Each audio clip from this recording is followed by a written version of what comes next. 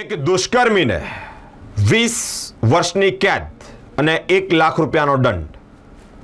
Waghodia police મથકે 2021માં વર્ષમાં દુષ્કર્મની ફરિયાદ દાખલ થઈ, ચોપડે પણ ચડી, ત્યારે સાવલીની સ્પેશિયલ પોસ્કો કોર્ટના જજે 50મો ચુકાદો આપ્યો છે. આ અંતર્ગત મિત્રો એક આરોપીને 20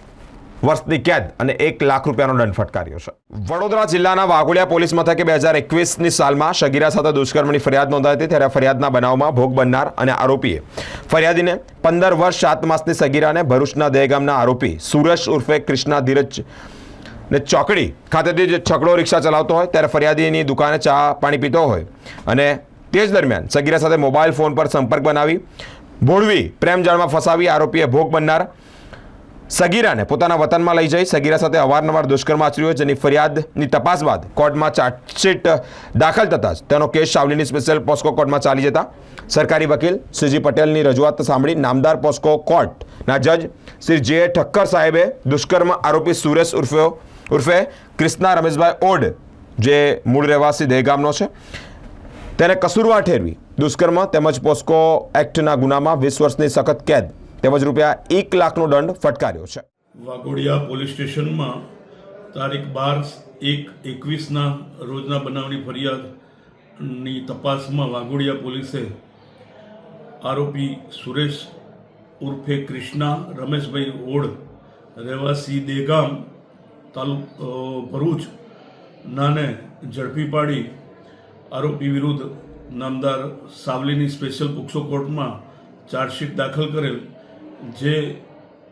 કેસ નામદાર સાવલીના પોક્સો કોર્ટના જજ સાહેબ શ્રી જે ઠક્કર સાહેબ શ્રી રૂબરૂ ચાલી જતા આરોપી સુરેશ ઉર્ફે કૃષ્ણા રમેશભાઈ ઓડને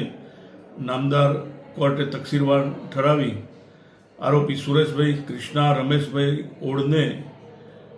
રૂપિયા 1 લાખનો દંડ તથા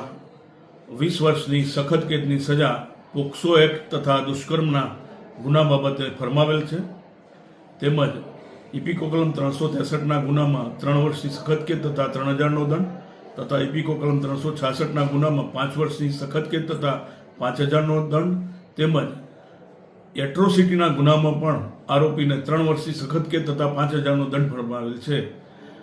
આરોપી જે દંડની રકમ નામદાર કોર્ટમાં જમા કરાવશે તે દંડની રકમ ભોગ બનનાર પીડિતાને વળતર તરીકે ચૂકવવા હુકમ કરેલ છે. તેમજ ડિસ્ટ્રિક્ટ લીગલ સર્વિસ ઓથોરિટીને ગુજરાત વિક્ટિમ્સ કોમ્પન્સેશન સ્કીમ મુજબ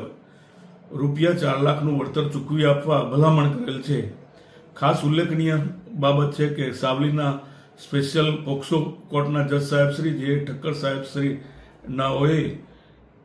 સાવલીના સેશન્સ એન્ડ ડિસ્ટ્રિક્ટ જજ તરીકે તથા પોક્સો કોર્ટના જજ તરીકે 2022માં ચાર્જ સંભાળ્યા બાદ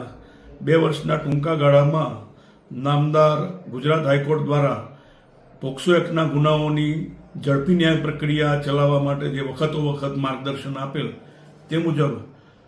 ઝડપી ન્યાય પ્રક્રિયા પૂર્ણ કરીને 50 જેટલા કેસોમાં આરોપીઓને દોષિત ઠેરવેલ છે. તેમજ સગીરા જે ભોગ બનનાર પીડિતાઓને આ કામે સંતોષકારક ન્યાય આપવાનું અઘરું કામ પૂરું પાડેલ છે. તેમજ આ જે ચુકાદાઓ 50 જેટલા આવેલ તે ચુકાદાઓથી સાવલી પંથકમાં જે પોલીસ સ્ટેશનો આવેલા છે એ તમામ પોલીસ સ્ટેશનોમાં તેમાં સખત ધાક બેસેલ છે અને ગુનાઓનું પ્રમાણમાં ખાસો એવો ઘટાડો જોવા મળેલ છે.